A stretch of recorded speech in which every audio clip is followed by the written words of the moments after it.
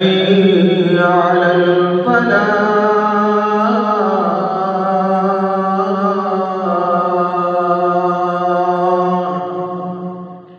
الله وبركاته.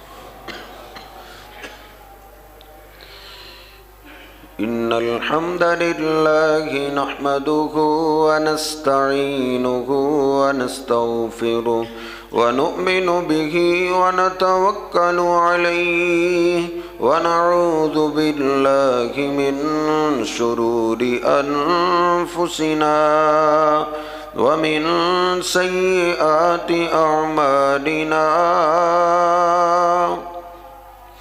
من يهده الله فلا مضل له ومن يضلله فلا هادي له. أشهد أن لا إله إلا الله وحده لا شريك له وأشهد أن محمدا عبده ورسوله. اللهم صل على محمد وأزواجه وذريته كما صليت على آل إبراهيم وبارك على محمد وأزواجه وذريته كما باركت على آل إبراهيم إنك حميد مجيد. رب اشرح لي صدري ويسر لي أمري واحلل عقدة من لساني يفقه قولي. رب زدني علما سبحانك لا علم لنا إلا ما علمتنا إنك أنت العليم الحكيم. اللهم اغفر لنا ولوالدينا ولجميع المسلمين والمسلمات والمؤمنين والمؤمنات الأحياء منهم والأموات. أما بعد فإن خير الحديث كتاب الله وخير الهدي هدي محمد صلى الله عليه وسلم وشر الأمور محدثاتها وكل محدثة بدعة وكل بدعة ضلالة وكل ضلالة في النار. أعوذ بالله السميع العليم من الشيطان الرجيم من همزه ونفخه ونفسه. بسم الله الرحمن الرحيم.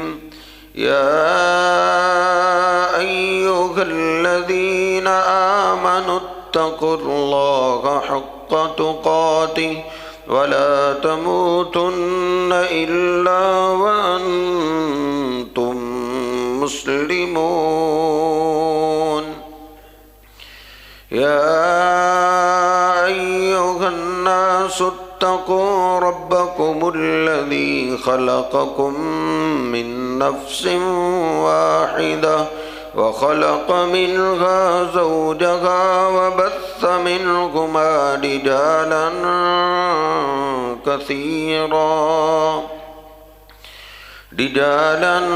كثيرا ونساء. واتقوا الله الذي تساءلون به والأرحام إن الله كان عليكم رقيبا.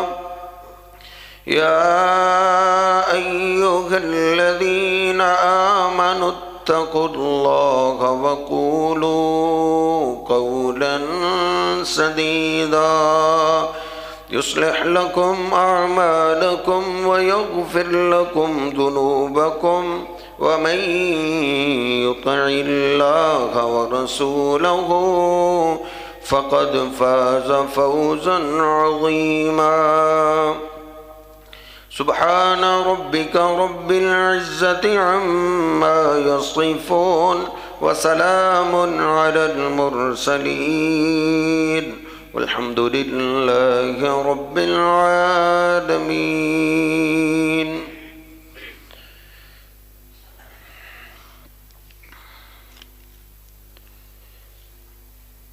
اللہ سبحانہ و تعالی نے قرآن مجید کے اندر جہاں بھی نیک لوگوں کا ذکر کیا ہے،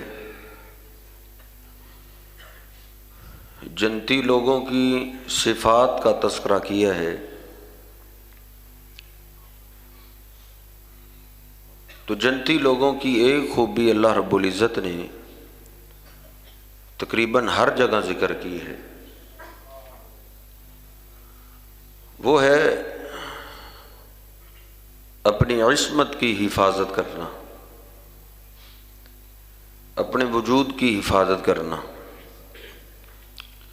والحافظین فروجہم والحافظات. اللہ رب العزت نے نبی پاک صلی اللہ علیہ وسلم کے گھرانے کے ذکر کے فوراً بعد، اہل بیت کے تذکرے کے بعد، اللہ رب العزت نے پھر نیک لوگوں کی خوبیوں کا تذکرہ ایسے کیا ہے کہ اپنے وجود کی حفاظت کرنے والے مرد اور اپنے وجود کی حفاظت کرنے والی عورتیں، اللہ رب العزت نے ان کے لیے بخشش اور جنت تیار کی ہے. والذین هم لفروجہم حافظون.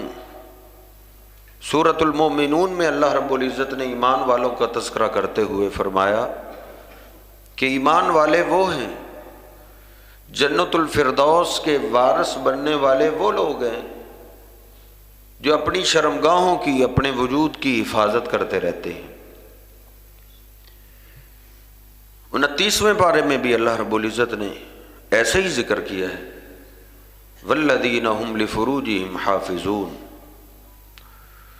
کہیں اللہ رب العزت نے ایسے ذکر کیا ہے، ولا تقربوا الفواحش ما ظہر منها وما بطن، کہ فحاشی کے راستے کو بھی اختیار نہ کرو، بے حیائی کے قریب بھی نہ جاؤ، بے حیائی کو دیکھو بھی نہ. ولا تقربوا الزنا، اور زنا سے اپنے آپ کو دور رکھو، اس کے قریب بھی نہ جاؤ. نبی پاک صلی اللہ علیہ وسلم نے اپنی احادیث کے اندر بھی ایسے ہی ذکر کیا ہے. آپ فرماتے ہیں من یضمن لی ما بین لحییہ وما بین رجلیہ اضمن لہ الجنہ. صحیح البخاری میں کہ جو آدمی مجھے دو چیزوں کی ضمانت دے دے، ایک اپنی زبان کی اور دوسری اپنے وجود کی شرمگاہ کی حفاظت کی ضمانت دے دے، میں اس کو دنیا میں ہی جنت کی ضمانت دیتا ہوں. نبی پاک صلی اللہ علیہ وسلم کہ زندگی کے آخری ایام ہیں، یہ آپ کا وہ مرض ہے جس سے آپ دنیا میں صحت یاب نہ ہو سکے. نبی پاک صلی اللہ علیہ وسلم نے اپنے خاندان والوں کو طلب کیا اور ان کو وصیتیں کی. اوصیکم بتقوی اللہ، اے قریشیو میں تمہیں اللہ پاک سے ڈرنے کی وصیت کرتا ہوں. بڑی آپ نے وصیتیں کی. پھر آپ نے خاص طور پہ قریش کے جوانوں کو خطاب کیا، یا شباب قریش، اے قریش کے نوجوانوں، احفظوا فروجکم، تم نے میرے جانے کے بعد اپنے وجودوں کی حفاظت کرنی ہے. لا تقربوا الزنا، زنا کے قریب تم نے نہیں جانا. الا من حفظ فرجہ فلہ الجنہ، یاد رکھو جو قریش کے جوانوں میں سے مجھے اپنے وجود کی گارنٹی دے دے، میں اس کو جنت کی ضمانت دیتا ہوں. تو یہ معاملہ بڑا اہم ہے کہ بندہ اپنی عصمت اور عزت کی حفاظت خود کرے. اور اسلام نے ہمیں رہنما اصول عطا فرمائے. اللہ رب العزت نے ہر بندے کے دل میں ایک خواہش رکھی ہے. جس طرح کھانے پینے کی خواہش ہے، اللہ رب العزت نے بتا دیا ہے یہ کھانا حلال ہے، یہ کھانا حرام ہے، یہ مشروب حلال ہے، یہ مشروب حرام ہے. ایسے ہی اللہ رب العزت نے ایمان والوں کی اس خواہش کے لیے ایک حلال راستہ بنایا ہے جس کو نکاح کہا جاتا ہے. اللہ رب العزت فرماتا ہے جس اللہ نے کہا ہے بے حیائی کے قریب بھی نہ جاؤ، اس کا حل اللہ نے کیسے حکم دیا ہے. اللہ فرماتا ہے وَأَنكِحُوا الْأَيَامَ، جو بھی تم میں سے بے نکاح ہے، جوان ہو چکے ہیں اور ان کی ابھی شادی نہیں ہوئی، وَأَنكِحُوا الْأَيَامَ، غیر شادی شدہ لوگوں کی تم شادی کر دو، نکاح کر دو، معاشرے کے اندر امن آ جائے. وَأَنكِحُوا الْأَيَامَ، نبی پاک صلی اللہ علیہ وسلم بھی نوجوانوں کو ایسے ہی خطاب کرتے تھے. صحیح البخاری میں آپ نے فرمایا یا معشر الشباب، او نوجوانوں کے گروہ، تزوجوا من استطاع منکم الباءۃ فلیتزوج، جو تم میں سے شادی کی طاقت رکھتا ہے، جس کے پاس نکاح کی طاقت ہے، مناسب رشتہ اس کو ملتا ہے، فلیتزوج، اس کو چاہیے وہ شادی کر لے، وہ نکاح کر لے. فَإِنَّهُ أَغَضُّ لِلْبَصَرِ وَأَحْسَنُ لِلْفَرْجِ، کیونکہ نکاح سے بندے کی آنکھیں جھک جاتی ہیں، بندے کی آنکھوں کے اندر شرم و حیا آ جاتا ہے، اور اسی ذریعے سے ہی بندہ اپنے وجود کی حفاظت کر سکتا ہے. اس لیے یہ ایک حلال راستہ اسلام نے ہمیں دیا ہے جس سے آج معاشرہ یورپی ممالک سے متاثر ہو کے دور ہو رہا ہے. صحیح مسلم میں یہ روایت موجود ہے. نبی پاک صلی اللہ علیہ وسلم فرماتے ہیں اذا احدکم، جب بھی تم میں سے کوئی آدمی کسی عورت کو دیکھتا ہے اور اس کے دل پہ شیطان حملہ کرتا ہے، فَلْيَعْتَمِدْ إِلَى امْرَأَتِهِ، اس کو چاہیے کہ شیطان کے اشارے کے پیچھے مت چلے، بلکہ وہ اپنے گھر جائے، اپنی بیوی کے پاس جائے، اس سے وہ حقوق زوجین ادا کرے، جس سے ان اللہ یرد ما فی قلبہ، جو اس کے دل پہ شیطان وار کر رہے، اس شیطان کے وار سے اللہ رب العزت اس کو بچا لے گا. یہ حلال راستہ اللہ رب العزت نے، ہمارے اسلام نے، ہمارے محبوب پیغمبر نے ہمیں یہ حلال راستہ دیا ہے کہ جب آپ کا بیٹا، آپ کی بیٹی جوان ہو جائے تو ان کی شادی کر دو، ان کو نکاح کر دو. بیٹا آپ سے موبائل مانگ رہے، اس کو موبائل لے کر نہ دو، پہلے اس کی شادی کرو.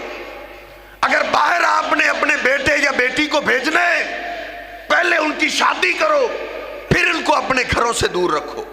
وَأَنكِحُوا الْأَيَامَ، نکاح کر دو.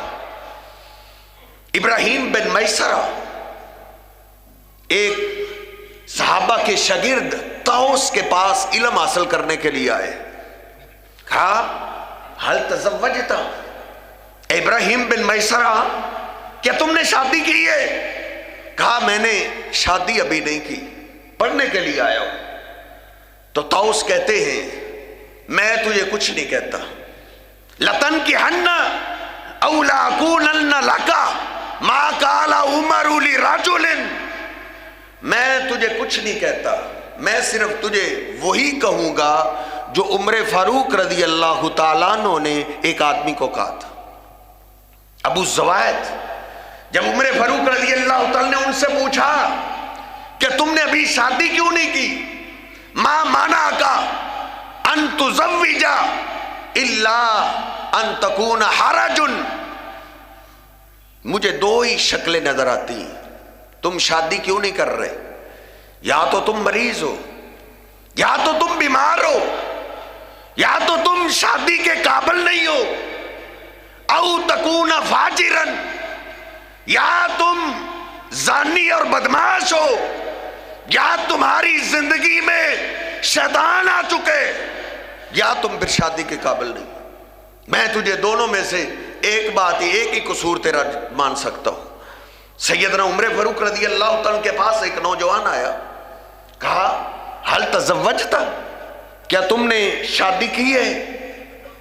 شادی کی ہے، جوان ہو؟ کہتا لا، ابھی تک میں نے شادی نہیں کی. کہا اما ان تکون احمق، میں تجھے دو ہی باتیں کرتا ہوں، یا تو ہے پاگل، وَإِمَّا أَن تَكُونَ فَاجِرًا، یا تو پھر گناہگار ہے، فاجر ہے، زانی ہے، تیری آنکھ میں پھر حیا نہیں ہے. یا تو پاگل ہے، کیونکہ پاگلوں کو کوئی رشتہ نہیں دیتا، یا تو تیرا دماغ خراب ہے، یا تیرے دماغ پہ شیطان آوی ہے. صحابہ اکرام، ہمارے اسلاف کے اندر شادی کی اتنی اہمیت ہوا کرتی تھی. جو جوان شادی نہ کرتا تھا تو ہمارے محدثین، ہمارے اسلاف، ہمارے صحابہ اکرام ان کو ایسے ڈانٹا کرتے تھے. کیوں نہ ڈانٹتے؟ نبی پاک صلی اللہ علیہ وسلم نے ان کی تربیت ہی ایسے کی تھی. مصنف عبد الرزاق کے اندر میں نے پڑھا ہے، نبی علیہ السلام نے ایک نوجوان کو دیکھا، کہا حل تزوجتا، کیا تو نے شادی کی ہے؟ عرض کرتا ہے اللہ کے رسول اللہ نہیں. کہا انت موسر بھی، کیا تجھے کوئی مناسب رشتہ نہیں مل رہا؟ عرض کرتا ہے اللہ کے رسول مناسب رشتہ تو ملتا ہے.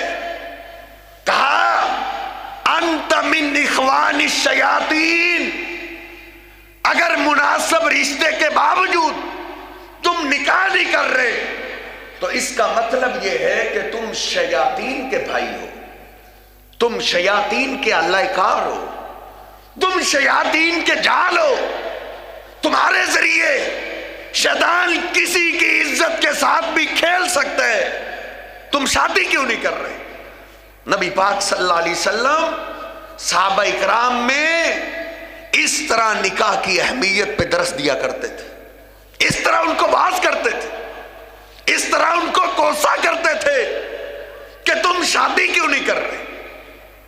کیونکہ نکاح ہی ہے جس سے بندے کی آنکھیں صاف ہو جاتی ہیں، بندے کا دل صاف ہو جاتا ہے، شرم و حیا آ جاتا ہے، آنکھیں جھک جاتی ہیں، بندے کی نگاہ طیب اور پاکیزہ ہو جاتی ہے جب بندہ شادی کے رنگ میں رنگ جاتا ہے.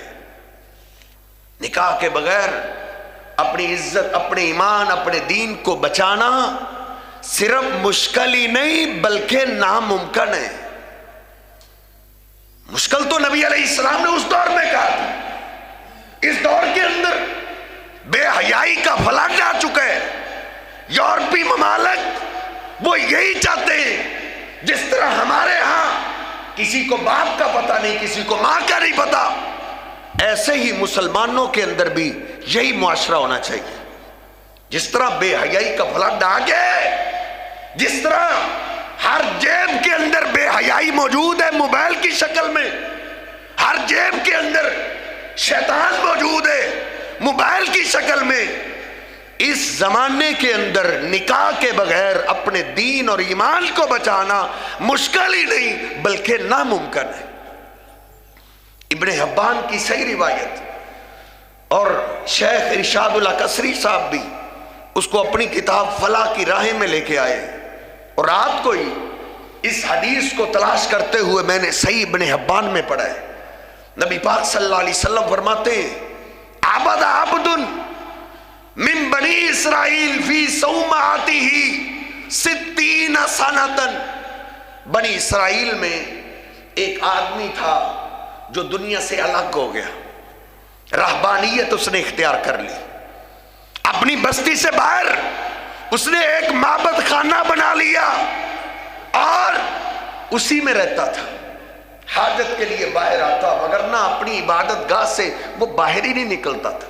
60 سنتاً اس کو عبادت کرتے کرتے، روزے رکھتے رکھتے، تہجد کا اہتمام کرتے کرتے اس کو 60 سال ہو گئے تھے، 60 سال کا عبادت گزار تھا۔ ایک دن بارش آئی، بارش میں ٹھنڈی ہوا چل رہی تھی، وہ عبادت خانے سے باہر نکلا، ہریالی دیکھی اسے، خوبصورت ہوا، خوبصورت موسم، وہ باہر نکلا۔ باہر نکلتے ہی شیطان ایک عورت لے آیا، اس سے باتوں باتوں میں مشغول ہوا اور ہار گیا، بدقسمتی سے بے حیائی کر بیٹھا۔ 60 سال کا عبادت گزار تھا، اس نے رہبانیت اختیار تو کر لی تھی لیکن نکاح نہیں کیا تھا، شادی نہیں کی تھی۔ شیطان کا اس پہ ایک ہی دفعہ وار چل گیا، پہلے وار پہ ہی پھنس گیا۔ نبی پاک صلی اللہ علیہ وسلم فرماتے ہیں اس کی 60 سال کی نیکیوں کو تولا گیا ایک بے حیائی کے مقابلے میں۔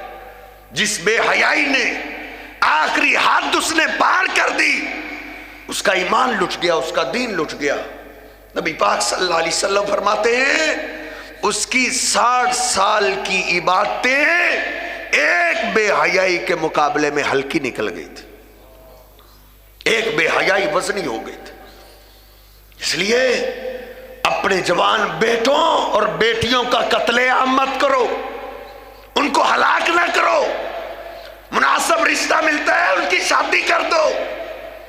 نبی پاک صلی اللہ علیہ وسلم کے گھر میں بیٹی جوان ہوئی، آپ کے گھر میں کئی نکاح کے پیغامات آ رہے تھے، آپ فیصلہ نہیں کر پا رہے تھے کس کو نکاح دوں، کس کو رشتہ دوں۔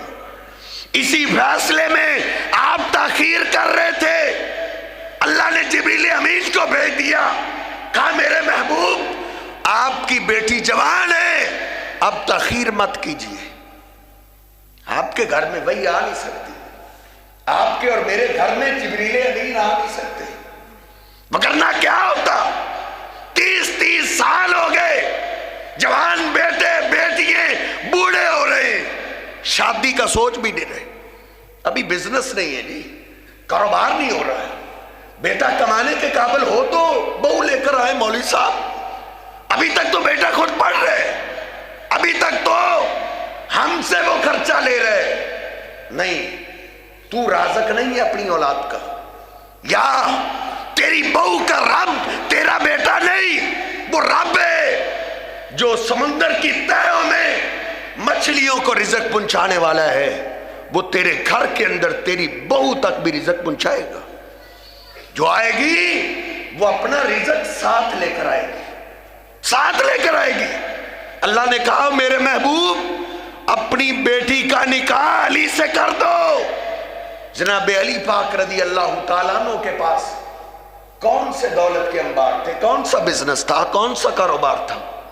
وہ حدیث کی باتیں کرنے والے اہل حدیث ہو، وہ سنت کی باتیں کرنے والے سنیو، کیا یہ ہم رفع الیدین اور آمین اس کے یہ اہل سنت اہل حدیث ہیں؟ اسی میں یہ ہمیں جھگڑنا آتا ہے۔ نبی پاک صلی اللہ علیہ وسلم کے پورے دین میں اپنے آپ کو رنگو، یا ایھا الذین آمنوا ادخلوا فی السلم کافہ۔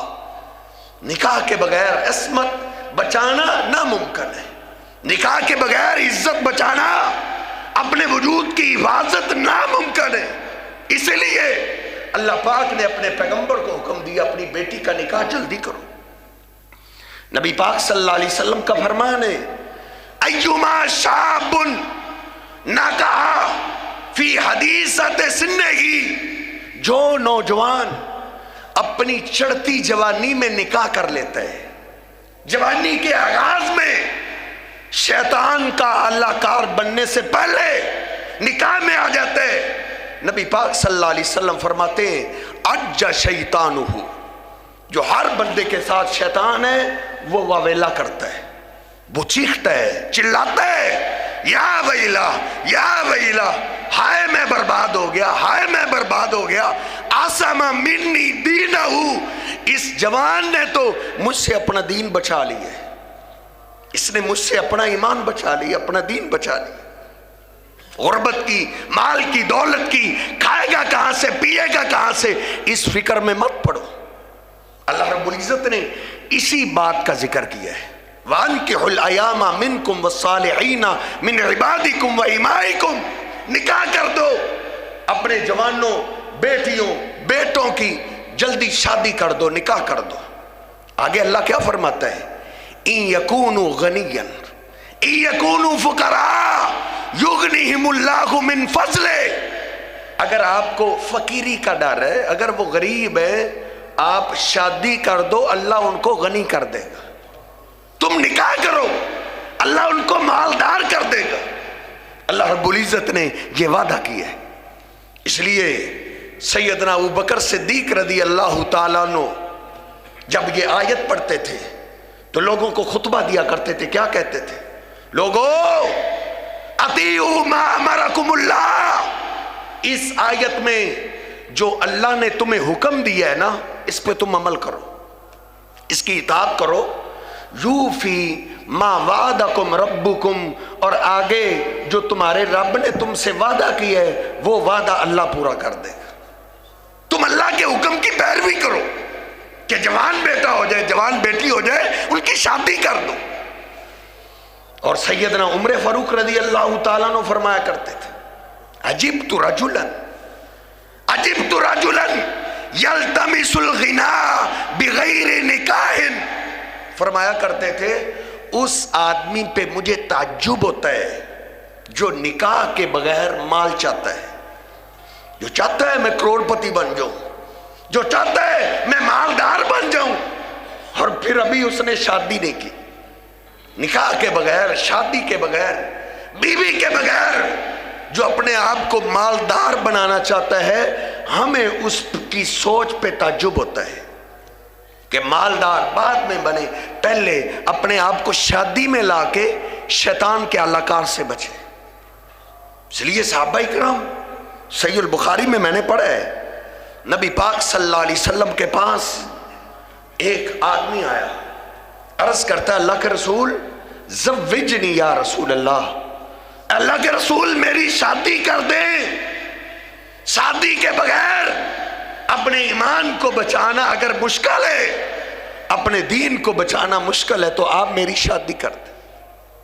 اب اس کے پاس کیا ہے، کیا بزنس ہے، کیا کاروبار ہے، کیا فیکٹری ہے، کروڑوں بینک بیلنس کے باوجود، کروڑوں کے پلاٹ ہونے کے باوجود، کوٹھیاں اور بلڈنگیں اور فیکٹریاں ہونے کے باوجود کہتا ہے بیٹا جوان تو ہے لیکن ڈگریاں تو لے لے، ابھی تک تو ڈگریاں رہتی ہیں، بیٹا جوان تو ہے، فیکٹری کو سنبھالنے والا تو بن جائے، بیٹا جوان تو ہے لیکن اس کو نفع نقصان کا پتہ تو چل لے۔